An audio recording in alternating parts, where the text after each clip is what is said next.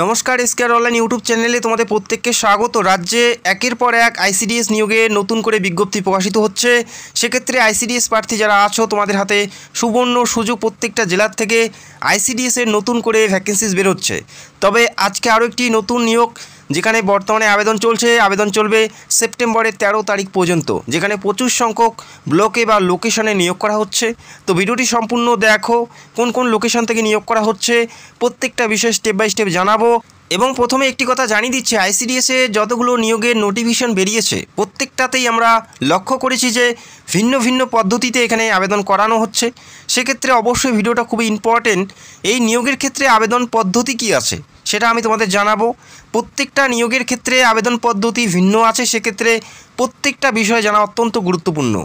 আবেদন করার জন্য যে বয়স এখানে উল্লেখ করা আছে, সেই বয়সটা 1/8/2024 তারিখ অনুযায়ী ধরা হচ্ছে।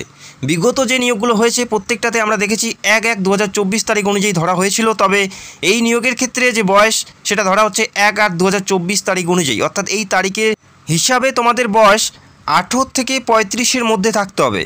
1/8/2024 তারিখ অনুযায়ী তোমাদের বয়সটি 18 থেকে 35-এর মধ্যে থাকতে হবে, তবেই তোমরা যোগ্য প্রার্থী। অবশ্যই 1/8/2024 তারিখ হিসাবে তোমাদের বয়সটা হিসাব করে নেবে। 18 থেকে 35-এর মধ্যে প্রত্যেকে এলিজেবল, প্রত্যেকে অ্যাপ্লাই করতে পারো। এজ প্রুফ সার্টিফিকেট হিসেবে তোমাদের জমা করতে হবে মাধ্যমিকের রেজিস্ট্রেশন অথবা এডমিট কার্ড, যে কোনো একটি তোমাদের জমা করতে হচ্ছে। এছাড়া অন্য কোনো সার্টিফিকেট জমা করলে সেটা গ্রহণযোগ্য হবে না। যদি তোমরা বার্থ সার্টিফিকেট দাও সেক্ষেত্রে সেটা অ্যাপ্রুভ হবে না। তোমাদের মাধ্যমিকের রেজিস্ট্রেশন অথবা এডমিট কার্ডই কিন্তু তোমাদের দিতে হচ্ছে। আর এখানে অ্যাপ্লাই করার জন্য যেটা শিক্ষাগত যোগ্যতা, ন্যূনতম শিক্ষাগত যোগ্যতা উচ্চ মাধ্যমিক পাস থাকতে হচ্ছে। যে কোনো শাখার থেকে, যে কোনো বিভাগ থেকে উচ্চ মাধ্যমিক অথবা উচ্চ মাধ্যমিকের সমতুল্য যে কোনো শিক্ষাগত যোগ্যতায় তোমরা এখানে অ্যাপ্লাই করতে পারো। এবং যারা উচ্চ শিক্ষিত আছো তারাও কিন্তু এখানে অ্যাপ্লাই করতে পারো। তবে এখানে অ্যাপ্লাই করার জন্য যেটা শিক্ষাগত যোগ্যতা, উচ্চ মাধ্যমিক পাস থাকতে হচ্ছে যে কোনো শাখার থেকে। এবং পাশাপাশি যে অফিসে বা যে সুসংহত শিশু বিকাশ কেন্দ্রে অ্যাপ্লাই করতে চাও, সেই সুসংহত শিশু বিকাশ কেন্দ্রের স্থায়ী বাসিন্দা তোমাদের থাকতে হবে। অর্থাৎ সেই লোকেশনে অ্যাপ্লাই করতে পারবে যে লোকেশনে তোমরা বসবাস করো। অন্য কোনো লোকেশনে বা অন্য কোনো অফিসে তোমরা অ্যাপ্লাই করতে পারবে না। যে সুসংহত বিকাশ কেন্দ্রের অধীনে বসবাস করো সেই সুসংহত বিকাশ কেন্দ্রেই তোমরা অ্যাপ্লাই করতে পারো। সেক্ষেত্রে তোমাদের রেসিডেন্সিয়াল প্রুফ সার্টিফিকেট দিতে হচ্ছে। সেটা জেলা সভাপতি, সভাধিপতি, বিধায়ক, জেলা শাসক বা গ্রাম পঞ্চায়েত, গ্রাম প্রধানের থেকে তোমাদের রেসিডেন্সিয়াল সার্টিফিকেট তোমাদের নিতে হবে। সেটা অ্যাপ্লিকেশন ফর্মের সাথে অ্যাটাচ করে পাঠিয়ে দিতে হবে। সেটা অরিজিনাল কপি কিন্তু তোমাদের থাকতে হবে। তো আশা করি তোমরা বুঝতে পারলে। যারা যোগ্য প্রার্থী অ্যাপ্লাই করতে পারো। এই মুহূর্তে দেখে নিচ্ছি রাজ্যের কোন কোন ব্লকে বা কোন কোন লোকেশনে বর্তমানে আবেদন চলছে। তার আগে তোমাদের দেখিয়ে দিচ্ছি আবেদন পদ্ধতি। আবেদন চলবে 13 সেপ্টেম্বর 2024 তারিখ পর্যন্ত। এখানে বাই পোস্টের মাধ্যমে অ্যাপ্লাইটি করতে হচ্ছে, অর্থাৎ অফলাইনের মাধ্যমে অ্যাপ্লাই করতে হচ্ছে। এই 13 তারিখের মধ্যেই তোমাদের অ্যাপ্লিকেশন ফর্ম সেই নির্দিষ্ট স্থানে পৌঁছাতে হবে। অ্যাপ্লিকেশন ফর্মটি ডাউনলোড করে সঠিকভাবে ফিল করতে হবে। ফিল করে প্রত্যেকটা ডকুমেন্ট অ্যাটাচ করে সেই নির্দিষ্ট স্থানে পৌঁছাতে হবে। সেটা তোমাদের বাই পোস্টের মাধ্যমে পৌঁছে দিতে হবে। দুটি খাম তোমাদের নিতে হচ্ছে, দুটি খাম। একটি খামে তোমাদের প্রত্যেকটা ডকুমেন্টস এবং তোমাদের যে অ্যাপ্লিকেশন ফর্ম সেটা ভরিয়ে নেবে, এবং আরেকটি খাম তোমাদের সেই খামের ভিতরে ভরিয়ে নিতে হচ্ছে। আর অবশ্যই খামের উপরে নিজের নাম, ঠিকানা উল্লেখ করতে হবে। পাশাপাশি যে লোকেশনে বা যে অফিসের আন্ডারে তোমরা অ্যাপ্লাই করছো সেই অফিসের অ্যাড্রেস পুরোপুরি মেনশন করতে হবে। এবং দুটি খামেই 5 টাকার ডাক টিকিট যুক্ত করতে হবে। এবং খামের সাইজ থাকতে হবে 10 সেমি লম্বা এবং 10 সেমি চওড়া। বোঝা গেল, দুটি খাম তোমাদের নিতে হচ্ছে। সেই খামের ভিতরে তোমাদের অ্যাপ্লিকেশন ফর্ম এবং প্রত্যেকটা ডকুমেন্ট সেখানে ভরিয়ে নিয়ে নির্দিষ্ট স্থানে পৌঁছে দিতে হবে, যে লোকেশনের জন্য তোমরা অ্যাপ্লাই করছো বা করতে চাও। এই মুহূর্তে দেখে নিচ্ছি রাজ্যের কোন কোন লোকেশন থেকে বর্তমানে আবেদন চলছে। বর্তমানে রাজ্যে নদিয়া জেলাতে নিয়োগটি করা হচ্ছে। নদিয়া জেলার বিভিন্ন লোকেশন থেকে, বিভিন্ন ব্লক থেকে নিয়োগ করা হচ্ছে। যেমন অঙ্গনারী ওয়ার্কার পদে ভ্যাকেন্সিস আছে 73টা 1 এডিশনাল অফিসের আন্ডারে এই ভ্যাকেন্সিস আছে ওয়ার্কার পদে। ওয়ার্কার পদে রয়েছে 73টা 1 মেনে। পাশাপাশি করিমপুরে রয়েছে হেল্পার পদের ভ্যাকেন্সিস। পাশাপাশি চোপড়া এডিশনালে রয়েছে ওয়ার্কার পদের ভ্যাকেন্সিস। চোপড়া এডিশনালে রয়েছে, পাশাপাশি চোপড়া মেনে ওয়ার্কার পদের ভ্যাকেন্সিস তোমরা দেখতে পাচ্ছ চোপড়া এডিশনালে এবং চোপড়া মেনে, যেখানে ওয়ার্কার পদের ভ্যাকেন্সিস। পাশাপাশি ওয়ার্কার পদের ভ্যাকেন্সিস দেখতে পাচ্ছ নাকাশিপাড়াতে ওয়ার্কার পদের ভ্যাকেন্সিস দেখতে পাচ্ছ। রানাঘাট 1-এ ওয়ার্কার পদে।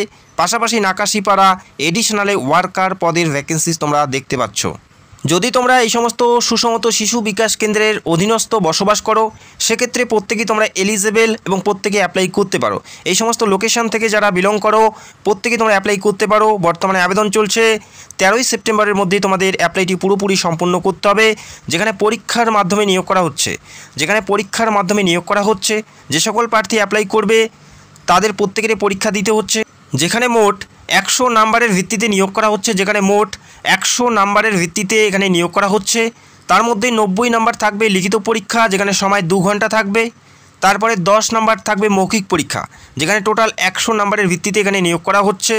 এবং যে পরীক্ষা প্রথমে দিতে হচ্ছে, লিখিত পরীক্ষা 90-এর মধ্যে পরীক্ষা তোমাদের প্রথমেই দিতে হচ্ছে।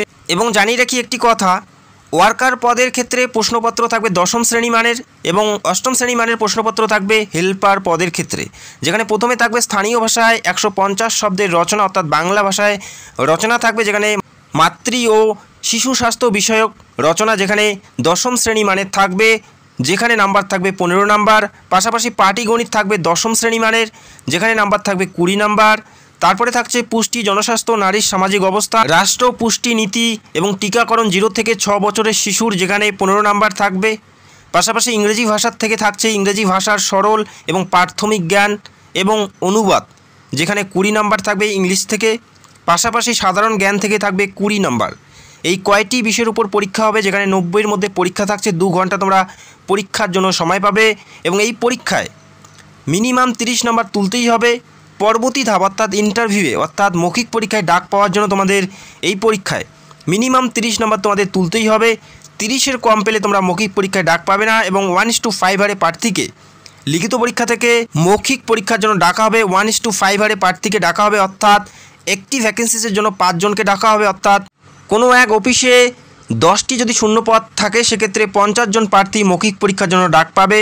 এবং প্রশিক্ষণ বাধ্যতামূলক, পশ্চিমবঙ্গের যে কোনো স্থানেই তোমাদের প্রশিক্ষণ হতে পারে এবং প্রশিক্ষণ না নিলে নিয়োগ প্রক্রিয়া পুরোপুরি বাতিল হয়ে যাবে। এখানে কিন্তু পরিষ্কার উল্লেখ করা আছে পশ্চিমবঙ্গের যে কোনো স্থানেই তোমাদের ট্রেনিং হতে পারে, আর ট্রেনিং তোমাদের করতেই হবে, সেটা কিন্তু বাধ্যতামূলক, এখানে উল্লেখ করা আছে সেই বিষয়। অ্যাপ্লিকেশন ফর্মের সাথে তোমাদের কি ডকুমেন্টস দিতে হচ্ছে সেটা এই মুহূর্তে আমরা দেখে নিচ্ছি। প্রত্যেকটা জেরক্স করে সেলফ অ্যাটেস্টেড করে সেই ফর্মের সাথে পাঠিয়ে দিতে হবে। যেখানে প্রথমেই তোমাদের দিতে হচ্ছে সেই অ্যাপ্লিকেশন ফর্মের সাথে পাসপোর্ট সাইজের কালার পাসপোর্ট সাইজের ছবি, সেটা 3 মাসের রিসেন্টলি তোলা থাকতে হবে। 3 কপি পাসপোর্ট সাইজের ছবি তোমাদের প্রয়োজন থাকবে।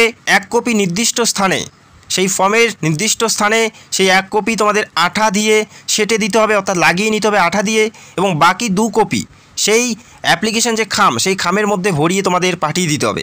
1 কপি আঠা দিয়ে লাগাতে হবে এবং 2 কপি সেই খামের মধ্যে ভরিয়ে পাঠিয়ে দিতে হবে। তো আশা করি তোমরা বুঝতে পারলে। কালার পাসপোর্ট সাইজের ছবি তোমাদের দিতে হচ্ছে। এজ প্রুফ সার্টিফিকেট হিসেবে তোমাদের মাধ্যমিকের অ্যাডমিট কার্ড অথবা মাধ্যমিকের রেজিস্ট্রেশন তোমাদের দিতে হবে। এবং স্থায়ী বাসিন্দা প্রমাণপত্র হিসেবে তোমাদের রেসিডেন্সিয়াল সার্টিফিকেট দিতে হবে, সেটা অবশ্যই অরিজিনাল কপি ফর্মের সাথে অ্যাটাচ করে পাঠিয়ে দিতে হবে, সেটা কিন্তু অরিজিনাল তোমাদের থাকতে হবে। শিক্ষাগত যোগ্যতার প্রমাণপত্র হিসেবে মাধ্যমিকের পাস সার্টিফিকেট এবং মার্কশিট উভয়ই তোমাদের দিতে হচ্ছে। এবং যদি তোমরা কোনো কাজ থেকে বিলং করো সেই ক্ষেত্রে কাস্ট সার্টিফিকেট। এবং পাশাপাশি যারা প্রতিবন্ধী এবং EWS তাদের ক্ষেত্রে নির্দিষ্ট সার্টিফিকেট জমা করতে হবে।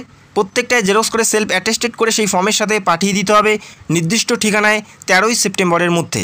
যে ফর্মটি তোমাদের ফিল আপ করতে হবে অনস্ক্রিন তোমরা দেখতে পাচ্ছ, এই বক্সে তোমাদের সেই পাসপোর্ট সাইজের ছবিটি লাগিয়ে নিতে হবে আঠা দিয়ে। এই বক্সে তোমাদের পাসপোর্ট সাইজের ছবিটি আঠা দিয়ে লাগিয়ে নিতে হবে। তারপরে নিচে পূর্ণ স্থায়ী ঠিকানা, যেখানে গ্রাম থেকে শুরু করে থানা, পোস্ট অফিস, পিন নাম্বার প্রত্যেকটাই উল্লেখ করতে হবে।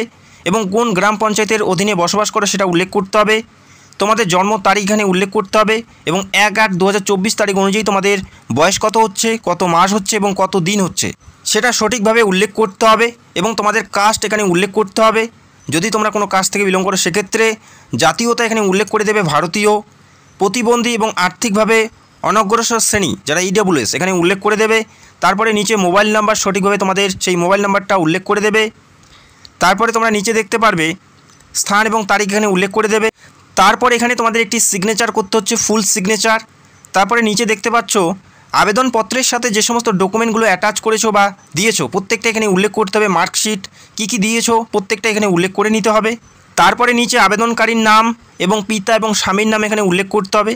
তো প্রত্যেকটাই ম্যান্ডেটারি সঠিকভাবে ফিল করবে, মিস্টেক করলে চলবে না। এবং প্রত্যেকটা ডকুমেন্ট এই ফর্মের সাথে অ্যাটাচ করে নির্দিষ্ট স্থানে নির্দিষ্ট তারিখের আগে পৌঁছে দিতে হবে বাই পোস্টের মাধ্যমে। যারা যোগ্য প্রার্থী, যারা এই সমস্ত লোকেশন থেকে বিলং করো, অবশ্যই তোমরা অ্যাপ্লাই করতে পারো।